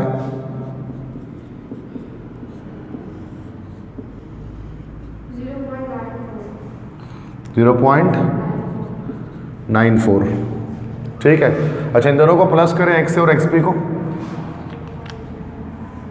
कितना 0.99 समथिंग करीब आ रहा है इसके, ठीक है। तो असल में इसकी वेरिफिकेशन भी कर सकते हैं आप। अगर हमें देखना है ना कि हमने ये मोल फ्रैक्शन सही निकाले कि नहीं, हम वेरीफाई कर सकते हैं। हमने पढ़ा था मोल fraction of solute and solvent दोनों को प्लस करेंगे तो हमारा आएगा। तब इन दोनों वैल्यूज़ को जैसे हम प्लस कर देते हैं 0.058 प्लस 0.94, तो ये 0.99 आ रहा है ना, तो it is approximately equal to 1। तो ये हमारा वेरीफाइड हो गया कि हमने जो आंसर निकाला है वो ठीक निकाला है, करेक्ट निकला, समझ गए। नेक्स्ट एग्जाम्पल नंबर 10.4 है कि calculate the molality of a 12% urea solution और molar mass of urea is 60 gram per mole. तो मोलैलिटी मालूम करना है, डेटा बना लेते हैं। आपसे कह रहे हैं कि मोलैलिटी मालूम कीजिए। 12% यूरिया सॉल्यूशन, परसेंटेज कंपोजिशन आपको दी हुई है उन्होंने, ठीक है। तो जो परसेंटेज कंपोजिशन दी है, मास परसेंटेज दी है, तो परसेंटेज आपको उन्होंने दिया हुआ है या परसेंटेज कंपोजिशन दैट इज 12%, ठीक है बस। और आपसे मोलैलिटी मालूम करने का कह रहे हैं। देखो, मोलैलिटी मालूम करने के लिए आपको पता है कि हमें यहाँ पर अगर हमें मोलैलिटी मालूम करना होता है तो हमें यहाँ पर कुछ चीज़ें चाहिए होती है ना भाई। मोलैलिटी का अगर हम डायरेक्ट फार्मूला भी लगाते हैं तो this is equal to gram of solute multiply by 1000 divide by MFM of solute multiply by gram of solvent. This is the formula for finding the molality of any solution. अब यहाँ पर देखो, चलो 1000 तो चलो फिक्स है, MFM of solute भी given है, यूरिया का 60 दे दिया, ये दो चीज़ें हैं। अब ग्राम ऑफ सॉल्यूट और ग्राम ऑफ सॉल्वेंट नहीं दिया हुआ, तो ये हम परसेंटेज से निकाल लेंगे। अब हमें यहाँ पर एक चीज़ पता है कि 12% है ना ये, अगर तो 12% का मतलब ये हो गया कि 12 ग्राम हो गया सॉल्यूट का हमारे पास।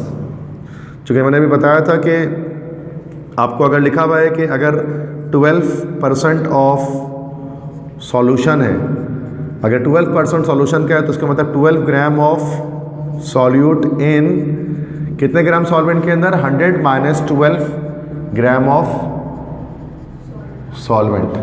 अब 100 माइनस 12 कितना हो गया हमारे पास, 88 ग्राम। तो उसका मतलब हमारे पास जो मास आ गया सॉल्यूट का वो 12 ग्राम आ गया और जो सॉल्वेंट का मास आ गया वो 88 ग्राम आ गया। तो उसको हम यहाँ पर पुट कर देंगे, that is gram of solute हमारे पास आ गया 12 multiplied by 1000 divided by MFM of solute, ये गिवन है क्वेश्चन में, दैट इज 60 मोलर मास, और ग्राम ऑफ सॉल्वेंट हमने यहाँ से निकाले 88। कैलकुलेट करें इसको,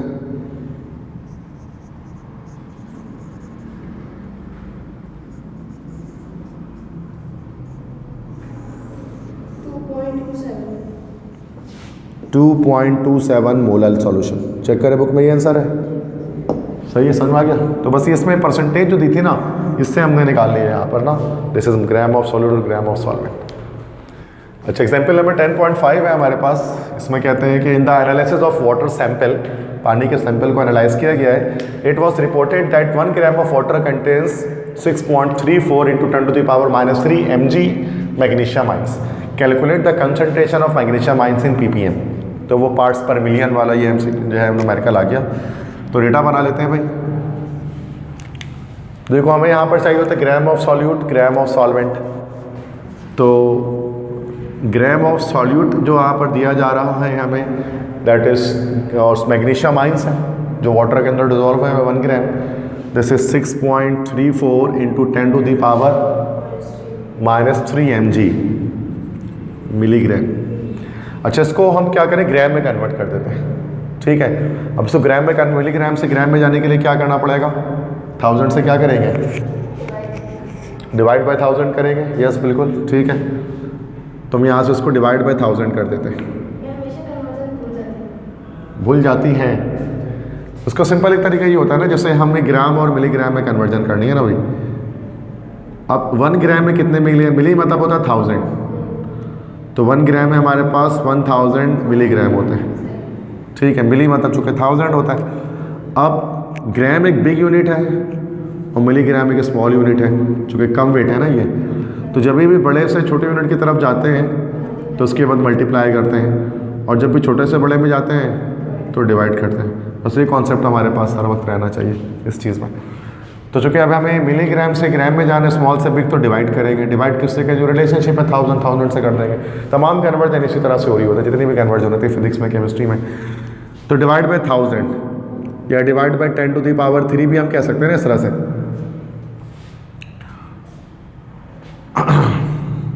सही है, इस तरह से। तो ये हमारे पास कैलकुलेट करें, ग्राम कितना आ जाएगा हमारे पास ये। हाँ, पावर कैंसिल होंगे कि नहीं, अब इसको आप यहाँ पर देखेंगे। अब देखिए यहाँ पर इस तरह से भी हम कह सकते हैं ना, 6.34 इंटू 10 टू द पावर -3, उसके बाद मल्टीप्लाई बाय, अब ये जो कि उसको यहाँ पर आपको लिखना है, तो पावर जब नीचे से ऊपर जाएगा तो क्या हो जाएगी, दोबारा 10 की पावर -3 होगी, तो कैंसिल नहीं होगी, हो जाएगा 6.34 इंटू 10 टू द पावर -6 हो जाएगा ग्राम में। सही है ना भाई, कैंसिल उस वक्त होता है जब ये भी माइनस में होता है, ठीक है। तो ये बुक कैलकुलेटर में भी यही आएगा अगर आप डायरेक्टली करेंगे तो।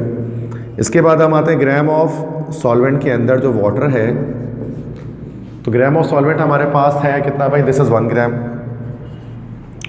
और हमें पार्ट्स पर मिलियन बताने, ppm हमें बताना है। तो ये क्वेश्चन मार्क हमने लगा दिया इसमें ppm में। इसके बाद हम कर लेते हैं दैट इज़ सॉल्यूशन। फॉर्मूला हमने पढ़ा था ppm का, ppm का फॉर्मूला ये होता है कि यस मास या ग्राम कह लें की बात है, ग्राम of solute upon gram of, अच्छा ग्राम ऑफ सॉल्वेंट था कि ग्राम ऑफ सॉल्यूशन था डेनोमिनेटर में। It was 1 gram of water contains इतना, तो बस सॉल्यूशन था, चेक करें सॉल्यूशन था, लेकिन यहाँ पर हमें दिया हुआ है इसको ना ग्राम ऑफ सॉल्वेंट। अच्छा, बुक में आप चेक करें नीचे उन्होंने 1 रखा हुआ है डिवीजन के अंदर, एग्जाम्पल नंबर 10.5 है, 1 रखा हुआ है। चूँकि अब देखो सॉल्यूशन, क्योंकि ज़्यादा फर्क नहीं पड़ेगा इसमें ना, चूँकि आपको पता है सॉल्यूट वैसे बहुत कम मिकदार में है, तो हम यहाँ पर हम डायरेक्ट जैसे हम सॉल्वेंट भी लिख सकते हैं, सॉल्यूशन भी लिखेंगे तो उसमें सॉल्वेंट की ही, वाटर की ही वैल्यू उसके अंदर हम डाल सकते हैं। तो कितना कम है कि उससे फ़र्क नहीं पड़ता, तो आपसे को फ़र्क नहीं पड़ता, आप सॉल्वेंट ही लिख लें, कोई ऐसा मसला नहीं है। Multiply by 10 to the power कितना हो जाएगा, ये 6 हो जाएगा, ठीक है। तो ग्राम ऑफ सॉल्यूट हमारे पास हो गया that is 6.34 into 10 to the power -6, और डिवाइडेड बाय ये हमारे पास हो गया 1, और multiply by 10 to the power 6। अब ये माइनस प्लस ये कैंसिल हमारे पास, जैसे ही हमारे पास कैंसिल होकर 1 आ जाएगा ना, नहीं 6.34 नहीं आएगा थोड़ी मैथमेटिक्स वीक है आपकी शायद, हाँ हो सकता है, क्योंकि देखें ppm equal to 6.34 into 10 to the power -6 into 10 to the power +6। अब बेस सेम है, मल्टीप्लाई हो रहा है, पावर ऐड हो जाएंगे, तो ये -6 और +6 हो जाएगा। -6 + 6 कितना हो गया, ये 0 हो गया ना, ये 0 हो गया, तो ppm equal to 6.34 into 10 to the power 0, 10 to the power 0 कितना होता है, 1 होता है। अच्छा सही 1 ही आ रहा है, सॉरी मैंने गलत कह दिया। तो क्या 6.34 आंसर आ रहा है, चेक करें, ये मुझे लगा 10 होगा शायद, सही you are right here, that is 6.34, that's final answer. ठीक है, ठीक है। बहुत सारे बच्चे 10 की पावर 0 को 0 कर देते हैं, तो वो मसला फिर ओवरऑल वैल्यू 0 हो जाती है, तो आपने सही कहा 1 होगा। तो उसका मतलब यही होता है कि 1 मिलियन हमारा, अगर 1 मिलियन पार्ट है अगर वाटर का, तो उसके अंदर 6.34 पार्ट्स होंगे मैग्नीशियम आइंस के। 10 लाख जो पार्ट्स हैं ना, 10 लाख मॉलिक्यूल्स मिसाल के तौर पे वाटर के, उसमें 6.34 मॉलिक्यूल्स जो हैं होंगे वो मैग्नीशियम आयंस के होंगे। तो सॉल्यूट बहुत कम है यहाँ पर अगर हम इसको चेक कर रहे हैं तो, ठीक है। तो इसमें आपको फिर दो न्यूमेरिकल्स मिलेंगे इसके लास्ट में, न्यूमेरिकल नंबर 1 और 2। हाँ, फर्स्ट हमारे पास है that is automotive antifreeze is a 60% weight by weight aqua solution of ethylene glycol, determine A molality of solution, B mole fraction of ethylene glycol in the solution. दो चीज़ें पूछ रहे हैं इसमें, सबसे पहले डेटा बना लेते हैं ताकि चीज़ें आसान हो जाए हमारे लिए। कह रहे हैं automotive antifreeze is a 60% weight by weight percentage of aqua solution of ethylene glycol, ठीक है। तो परसेंटेज कंपोजिशन आपको यहाँ पर बता दी गई है, कम परसेंटेज कंपोजिशन जो है वेट बाय वेट वो कितनी है 60%। और इथिलीन ग्लाइकोल एक कंपाउंड है, फॉर्मूला दे दिया गया है और बस आपसे कह रहे हैं डायरेक्ट बताइए आप इसकी मोलैलिटी कितनी होगी और बी इसकी मोल फ्रैक्शन बताइए ethylene glycol in the solution. मतलब मोल फ्रैक्शन ऑफ सॉल्यूट सिर्फ पूछ रहे हैं, XA सिर्फ आपसे पूछ रहे हैं, ठीक है। क्योंकि इथिलीन ग्लाइकोल यहाँ पर हमारे पास सॉल्यूट है, एक कंपाउंड होता है इथिलीन ग्लाइकोल, एंटी फ्रीज के तौर पर इस्तेमाल कर सकते हैं,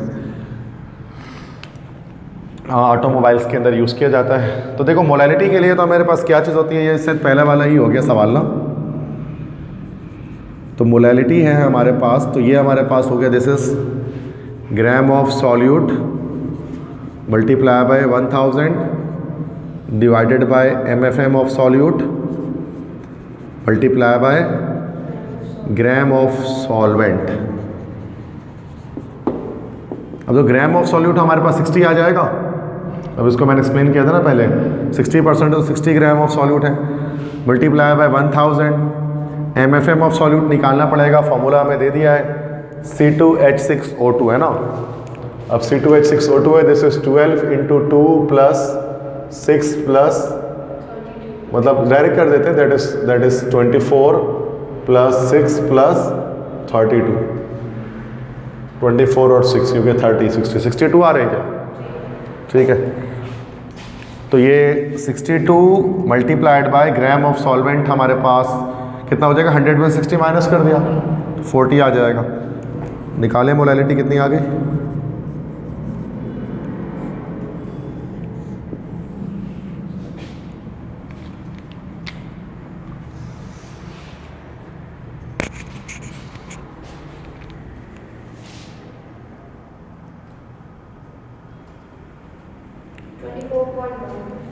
$24.1 मोलल, ठीक है, सही आ रहे हैं पिक में भी, तो 24.1 ही है। मोल्स पर केजी भी लिख सकते हैं और कैपिटल स्मॉल m में लिख सकते हैं, बात तो वही है। सेकंड पोर्शन में आपसे क्या कह रहे हैं, बी पार्ट में आपसे कह रहे हैं मोल फ्रैक्शन ऑफ इथिलीन ग्लाइकोल। अब हमें पता है XA बराबर होता है Na/Na + NB। अब Na निकालना पड़ेगा हमें यहाँ पर पहले, number of moles of A। तो Na हमारे पास mass of A upon capital M, molecular mass of A। Mass of A कितना हमारे पास है 60 ग्राम, 60 ग्राम अपॉन, और M कितना आ गया हमारा, दैट 62 निकाला था ना हमने, यस। इथिलीन ग्लाइकोल का जो वो है हमारे पास ना मॉलिक्यूलर मास कितना निकल गया ये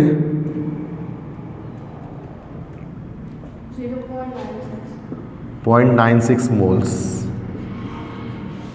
तो इसको हम यहाँ पर पुट कर देते हैं, दिस इज 0.96 अपॉन 0.96 प्लस, अच्छा NB हमारे पास कितना आएगा, number of moles of B। Aqua solution है तो मतलब सॉल्वेंट वाटर है, एक्वा सॉल्यूशन का मतलब वाटर सॉल्वेंट हुआ ना, तो यस इसका मतलब हो गया NB हमारे पास आ जाएगा मास ऑफ B, मतलब हमारे पास हो जाएगा 40 ग्राम डिवाइड बाय 18। निकाला NB कितना आया ये 2.2 मोल्स, ये 2.2 आ गया। फिर इसको कैलकुलेट करें, XA निकालें, मोल fraction of solute, mole fraction of ethylene glycol,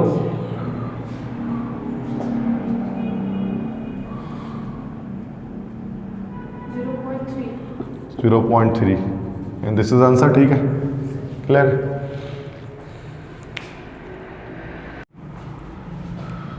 next फिर क्वेश्चन में कहते हैं solution is prepared by mixing 46 gram ethanol and 180 gram water, calculate the mole fraction of both components. Mole fraction के question दोबारा से उन्होंने दे दिया है कंसंट्रेशन के अंदर। कह रहा है solution is prepared by mixing 46 gram ethanol, ये सॉल्यूट है, तो MA उन्होंने दे दिया दैट इज 46 ग्राम। तो मोल फ्रैक्शन की बात है तो यहीं पर हम लोग NA भी निकाल लेते हैं ना, 46 अपॉन इथेनॉल होता है उसका मॉलिक्यूलर वेट 46 ही आता है, निकालेंगे आप इसको तो 46 अपॉन 46 इक्वल टू 1, तो 1 मोल डायरेक्टली आ गया, तो आगे में तो निकालना ही पड़ता। एंड 180 ग्राम वाटर, और सॉल्वेंट दे दिया 180 ग्राम, और N भी निकल जाएगा 180 डिवाइड बाई 18, 10 आ जाएगा ये 10 मोल। आपसे XA और XB निकालने को कह रहे हैं, दैट्स वेरी सिंपल है ना भी। तो XA हमारे पास हो गया NA upon NA plus NB, और XB हमारे पास हो जाएगा NB upon NA plus NB। तो ये हो गया हमारे पास दैट्स 1 अपॉन 11, मतलब 1 अपॉन 11, और XB हमारे पास क्या हो जाएगा 10 अपॉन 11। कितना आ गया ये?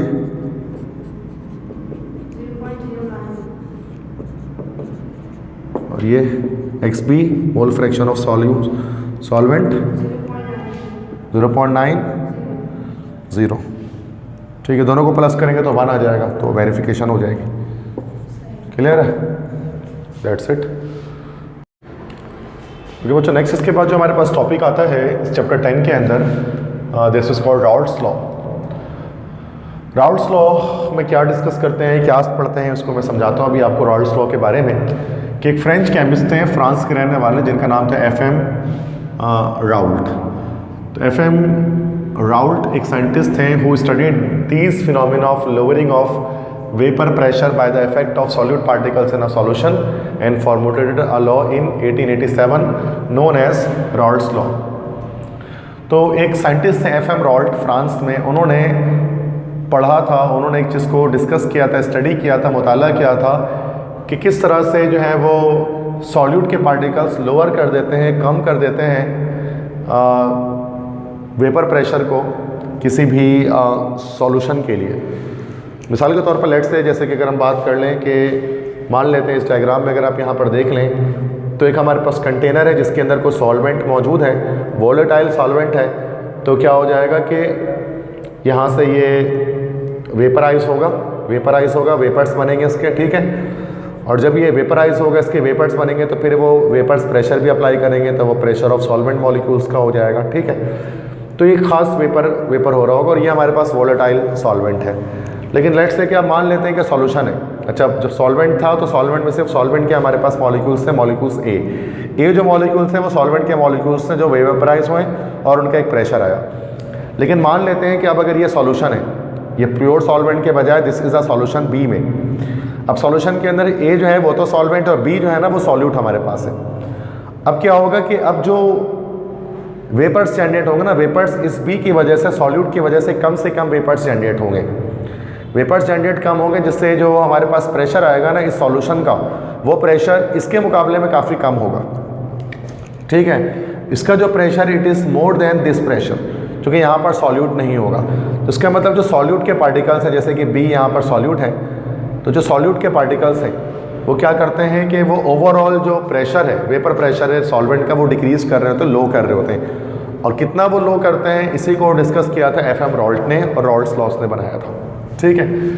तो for a non volatile solute system it states that, means इसके अंदर क्या होता है कि हम यहाँ पर वोलेटाइल सॉल्वेंट लेते हैं और नॉन वोलेटाइल सॉल्यूट लेते हैं, जो वोलेटाइल ना हो, जो एवोपरेट ना हो सके।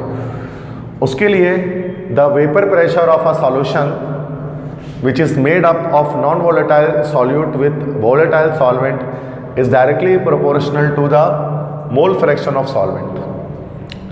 मतलब सिंपल ये चीज़ है कि अगर हम बात करें किसी एक ऐसे सॉल्यूशन की जिसमें सॉल्यूट नॉन वोलेटाइल हो और सॉल्वेंट वोलेटाइल हो, तो जो वेपर प्रेशर होगा वो directly proportional to the mole fraction of solvent होगा। मीन्स के जितने ज़्यादा ये सॉल्वेंट होंगे सॉल्वेंट ज़्यादा होंगे, सॉल्यूट के पार्टिकल्स कम होंगे तो ज़्यादा वेपर्स जनरेट होंगे, ज़्यादा वेपर प्रेशर जनरेट होगा।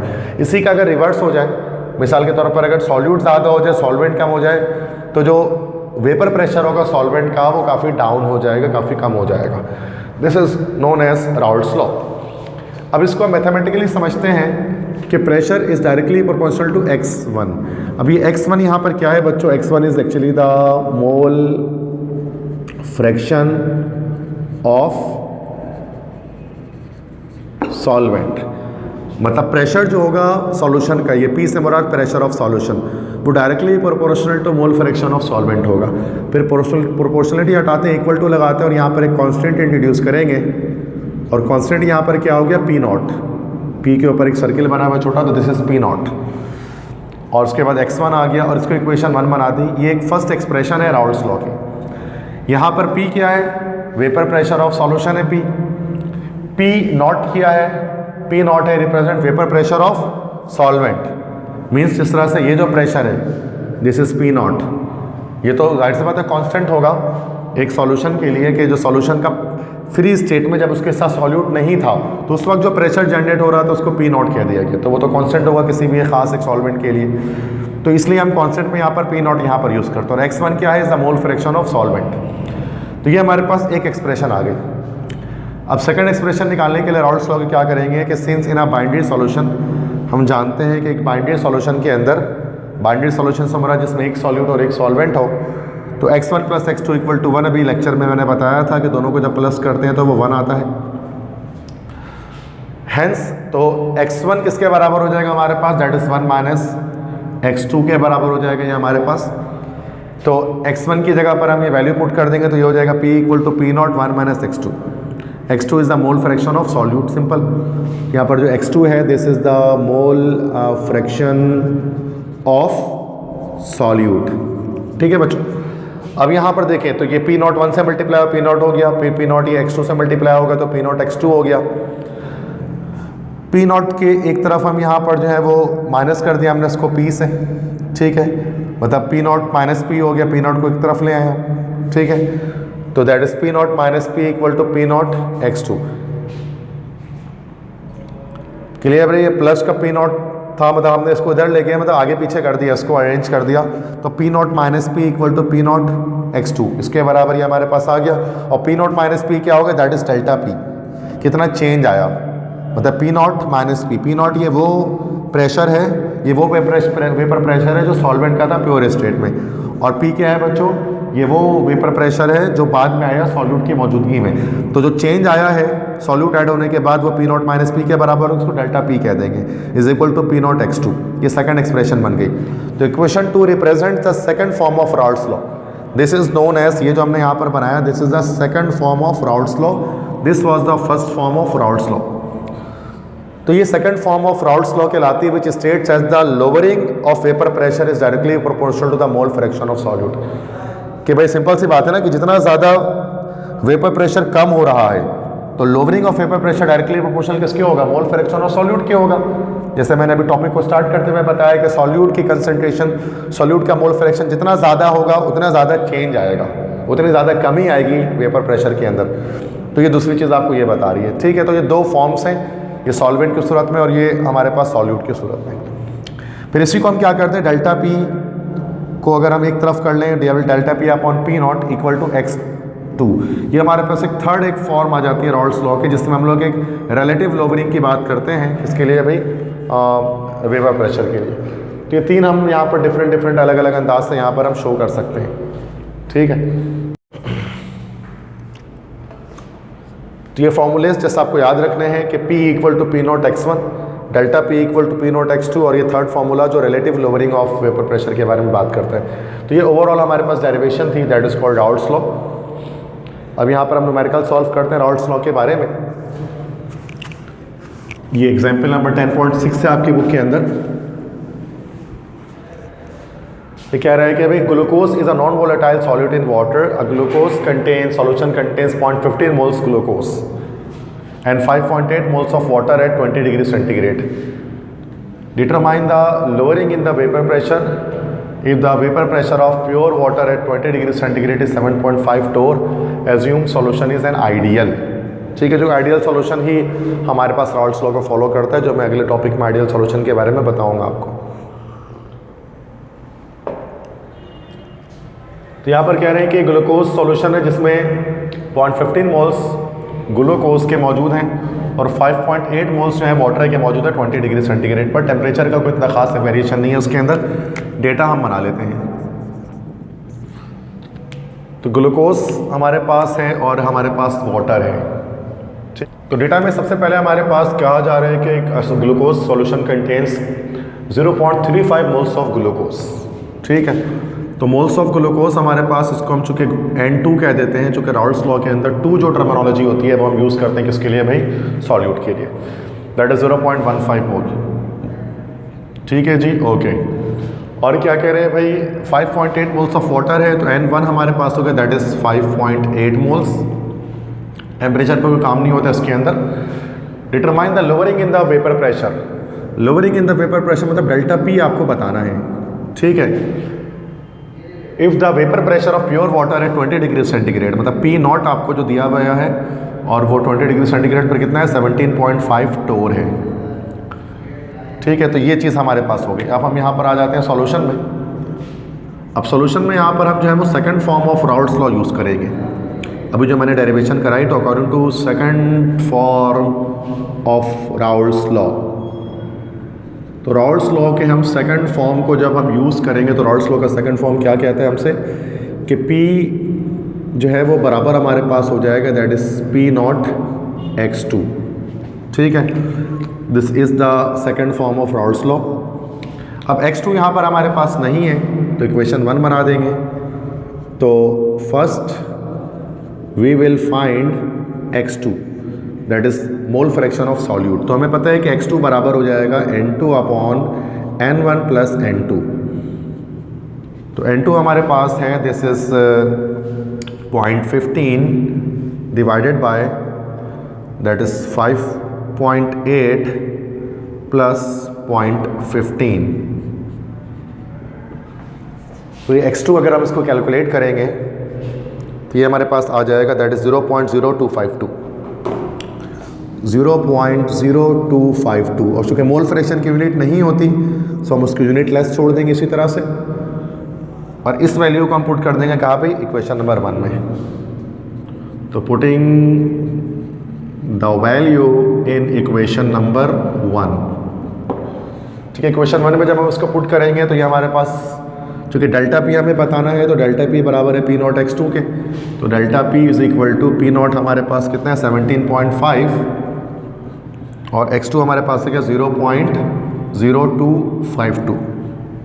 ठीक है, इसको कैलकुलेट करेंगे हम और ये जगह 0.441 टोर। ठीक है, तो डेल्टा P आ जाएगा that is 0.441 torr. So this is how we are calculating the answer hair.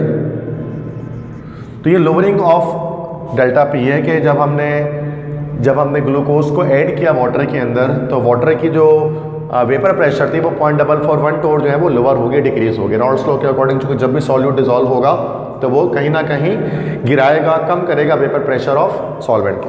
ठीक है, so this is the answer here, तो you can copy it down. Next हम देख लेते हैं एग्जाम्पल नंबर 10.7। राउल्ट्स लॉ की ही ये जो है वो ये एक इक्वेशन है या इसके न्यूमेरिकल है राउल्ट्स लॉ की, जिसको हम यहाँ पर सॉल्व करेंगे दोबारा से। एग्जाम्पल नंबर 10.7 है, न्यू बुक जो है उसके अंदर ये चीज़ें आपके पास आएंगी। सबसे पहले हम इसके अंदर डेटा बना लेते हैं। This is a numerical here. कह रहे थे vapour pressure of pure liquid A is 37 millimetre HgH 27 degree centigrade. कि वेपर प्रेशर एक प्योर लिक्विड का, तो वो है वेपर प्रेशर प्योर लिक्विड का, द P नॉट इसमें दिया हुआ है, this is 37 mm of Hg, मतलब 37 मिलीमीटर ऑफ मर्करी, टोर भी इसी को कहते हैं, एट 27 डिग्री सेंटीग्रेड। टेम्परेचर का तो कोई काम नहीं है इस न्यूमेरिकल के अंदर। It is mixed into another liquid B to make a solution. The vapor pressure of A in the solution is found to be 33 mm of Hg। और वेपर प्रेशर बाद में कह रहे हैं कि इतना भी 33 हो गया है, 33 mm of Hg हो गया है। Calculate the mole fraction of A। Mole fraction of A मालूम कीजिए। तो लिक्विड है यहाँ पर, ठीक है, प्योर लिक्विड ए है, तो मतलब एक्स ए हमें यहाँ पर कैलकुलेट करना है, या x1 हम इसको कह सकते हैं, एक ही बात है, ठीक है। x1 भी कह सकते हैं, एक्स ए भी कह सकते हैं, ओके, ठीक है। हमने चूँकि x1 कहा है तो हम यहाँ पर इसको x1 कह देते हैं। 2 हमने दिया था सॉल्यूट को। एज्यूम इट ओबेस रॉल्ड्स लॉ, मतलब कि ये हमारा आइडियल सॉल्यूशन है। अभी मैं इसके बाद बताऊँगा आइडियल सॉल्यूशन किसे कहते हैं। तो आइडियल सॉल्यूशन ही रॉल्ड्स लॉ को फॉलो करते हैं। अब ये यहाँ पर फर्स्ट फॉर्म यूज़ हो जाएगी according to first form of Raoult's law. Raoult's law की जो फर्स्ट फॉर्म थी, हमने उसके अंदर देखा था कि हमारे पास क्या फॉर्मूला था, तो दैट इज़ पी ए या P1 भी कह सकते थे हम उसको, is equal to P0 into x1, ठीक है। तो P जो है वो प्रेशर बराबर हो जाएगा हमारे पास P0 इंटू x1, तो है ना, x1 is a mole fraction of हमारे पास दैट इज़ के जो सॉल्वेंट का हो गया। तो x1 निकालना है तो ये बराबर हो जाएगा हमारे पास P ओवर P0। P हमारे पास प्रेशर है दैट इज़ 33 और P0 हमारे पास आ गया 37। तो x1 हमारे पास आ गया, this is the mole fraction of A या फिर मोल फ्रैक्शन ऑफ सॉल्वेंट। ये हमारे पास आएगा 0.89 इज़ द आंसर हियर, ठीक है। This is the final answer. So इस तरह से हम राउल्ट्स लॉ के न्यूमेरिकल को सॉल्व करते हैं। तो ये आपकी जो बुक है उसमें 2 ही न्यूमेरिकल से राउल्ट्स लॉ के, ये दोनों मैंने यहाँ पर सॉल्व करवा दिए। I hope so it is clear now.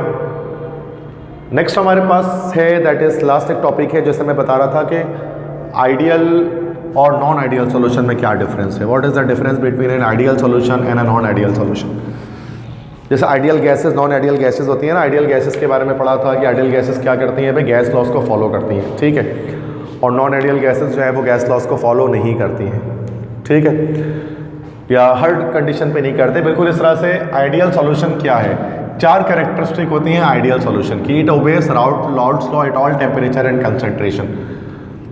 मतलब ऐसे तमाम के तमाम सॉल्यूशंस जो राउल्ट्स लॉ को हमेशा फॉलो करते हैं उनको आइडियल सॉल्यूशन कहा जाता है। अब उनकी 4 कैरेक्टरिस्टिक हैं, बाकी देख लेते हैं। सेकंड है the molecular interaction of liquid A B B and A B remains almost same. इसका मतलब ये होता है कि इसमें देयर इज़ नो डिसोसिएशन और आयोनाइजेशन, मीन्स कोई रिएक्शन नहीं करते हैं। सॉल्यूट और सॉल्वेंट मिलकर साथ में कोई रिएक्शन नहीं करते। इसी को हम सिंपल इस तरह से लिख सकते हैं कि no reaction between a solute and a solvent. Solute और सॉल्वेंट के बीच में कोई रिएक्शन नहीं होता, जो आइडियल सॉल्यूशन होता है उसके अंदर। थर्ड है नो हीट एब्जॉर्ब और evolve in the formation of ideal solution, delta H equal to 0। मतलब ना ये एंडोथर्मिक चेंज होता है ना एक्सोथर्मिक होता है। अगर सॉल्यूशन को तैयार करते हुए ना हीट एब्जॉर्ब हो रही है ना रिलीज हो रही है तो ये आइडियल सॉल्यूशन है। और चौथा, no change in the volume takes place in the formation of ideal solution. Change in volume कोई नहीं होता, सेम वॉल्यूम हमारे पास रहता है। मतलब जितना आपने सॉल्यूट और सॉल्वेंट का वॉल्यूम होता है उतना ही टोटल वॉल्यूम हमारे सॉल्यूशन का हमारे पास आता है। एक्स्ट्रा कोई कमी उसमें ज़्यादती उसके अंदर नहीं होती। तो ये 4 कंडीशन जो भी सेटिस्फाई करते हैं वो तमाम सॉल्यूशन हमारे पास आइडियल सॉल्यूशन कहलाते हैं, ठीक है। फर्स्ट के राउल्ट्स लॉ को फॉलो करें। सेकंड, कोई आयोनाइजेशन नहीं हो, डिसोसिएशन नहीं हो, ठीक है, एसोसिएशन नहीं हो, इट मीन्स के कोई रिएक्शन नहीं हो सॉल्यूट और सॉल्वेंट के बीच में, कोई एनर्जी चेंज ना आए। और आखिरी चीज़ क्या कि उसके अंदर कोई भी जो है वो वॉल्यूम चेंज ना आए। अब एग्जाम्पल क्या हो सकती है, फॉर एग्जाम्पल मिसाल के तौर पे liquid pair which form ideal solution on mixing are methanol ethanol. Methanol और इथानॉल का मिक्सचर आइडियल सॉल्यूशन होता है। बेंजीन और टोलुइन का मिक्सचर हमारे पास आइडियल सॉल्यूशन होता है। लेट्स से कि हमने यहाँ पर ले लिया दिस इज़ बेंजीन हेयर, कि ये बेंजीन लिया हमने, ठीक है। और दूसरा यहाँ पर हमने ले लिया this is here, this is toluene, ये टोलुइन है। दोनों लिक्विड्स होते हैं और दोनों को हमने जो है वो मिक्स कर दिया साथ में। इन दोनों को हमने एक कंटेनर में दोनों को ऐड कर दिया, ठीक है, और इस तरह से ये ऐड हो गए। तो यहाँ पर हमारे पास ये बना एक आइडियल सॉल्यूशन, क्योंकि जो बेंजीन और टोलुइन दोनों ही ऑर्गेनिक कंपाउंड्स हैं, इन दोनों का सॉल्यूशन आइडियल सॉल्यूशन कहलाते हैं। रीजंस क्या है, सबसे पहली चीज़ तो ये राउल्ट्स लॉ को फॉलो करेगी, it obeys Raoult's law at all condition. अलग चीज़ ये है कि इसके अंदर बेंजीन और टोलुइन जब मिक्स हो जाएंगे तो दोनों के बीच में कोई रिएक्शन नहीं होगा, इसके अंदर कोई नई चीज़ की फॉर्मेशन नहीं होगी। इसी तरह से कोई हीट एब्जॉर्ब रिलीज कुछ भी नहीं होगी और वॉल्यूम चेंज नहीं आएगा। मिसाल के तौर पर अगर ये 1 मोल है, ये 1 मोल है, तो दोनों मिलकर 2 मोल्स, या ये 1 लीटर है और ये 1 लीटर है, तो ये दोनों मिलकर 2 लीटर्स ऑफ सॉल्यूशन बनाएंगे। मतलब डेल्टा चेंज कोई नहीं आएगा इसके अंदर वॉल्यूम का। तो ये हमारे पास एक आइडियल सॉल्यूशन है। अब नॉन आइडियल सॉल्यूशन भी हो सकते हैं। नॉन आइडियल सॉल्यूशन क्या होगा भाई? मिसाल के तौर पे लेट्स से कि हमने यहाँ पर पानी लिया, वाटर लिया और वाटर के अंदर हमने यहाँ पर NaCl सोडियम क्लोराइड डाल दिया। अब यहाँ पर आप देख सकते हैं कि जब NaCl को वाटर में जब डिज़ोल्व किया जाएगा तो NaCl को डिज़ोल्व करेंगे तो this is non ideal solution. चूँकि जब ये NaCl पानी में डिज़ोल्व होगा तो उसमें टेम्परेचर में भी वेरिएशन आएगी, वॉल्यूम में भी वेरिएशन आएगी। ये NaCl Na+ और Cl- आइंस वाटर के H+ और OH- आइंस से रिएक्शन भी करेंगे। इस वजह से ये non ideal solution it will not obey Rawls law, ये रॉल्स लॉ को फॉलो नहीं करेगा। आई होप सो कि आपको आइडियल और नॉन आइडियल सॉल्यूशन के बीच डिफरेंस समझ में आया होगा और ये कंप्लीट लेक्चर भी आपको समझ में आया होगा। तो दिस इज़, अगर लेक्चर पसंद आया तो ये मेरे चैनल है जो आप देख रहे हैं, this is sir Naseem Zulfiqar my self. आप इस चैनल को सब्सक्राइब कर दें और मेरे इस वीडियो को लाइक कर दें, स्टूडेंट्स के साथ शेयर कर दें। मैं आपके लिए class 9th, 10th, first year, second year, aptitude, ECAT, MDCAT, इन तमाम लेक्चर्स को इंग्लिश के लिए और केमिस्ट्री के लिए मैं अपलोड कर रहा होता हूँ आपके लिए। अगर आप मेरी फ़िज़िकल क्लासेस को ज्वाइन करना चाहते हैं तो मेरा ताल्लुक़ दुआए इल्म कोचिंग सेंटर से है, जिसके कैंपसेस औरंगी टाउन में मौजूद हैं और उसके अलावा से नॉर्थ कराची के अंदर इसका कैंपस मौजूद है और एक कैंपस गुलशन इकबाल ब्लॉक 5 में भी मौजूद है। इन तमाम कैंपसेस में मैं ख़ुद पढ़ाता हूँ। अगर आप एडमिशन की डिटेल्स लेना चाहते हैं तो ये मेरा व्हाट्सएप नंबर है 0300 215 2272। इस पर व्हाट्सएप पर कोऑर्डिनेट करके आप मुझसे मेरी क्लासेस की डिटेल ले सकते हैं, किसी भी लेवल पे अगर आप मुझसे स्टडी करना चाहते हैं। ठीक है, आई होप सो कि ये लेक्चर आपको समझ में आ गया होगा। इंशाल्लाह जल्द हाजिर होगा नए लेक्चर के साथ। तब तक के लिए अपने टीचर सर नसीम जुल्फ़िकार को इजाज़त दें। अल्लाह हाफ़िज़।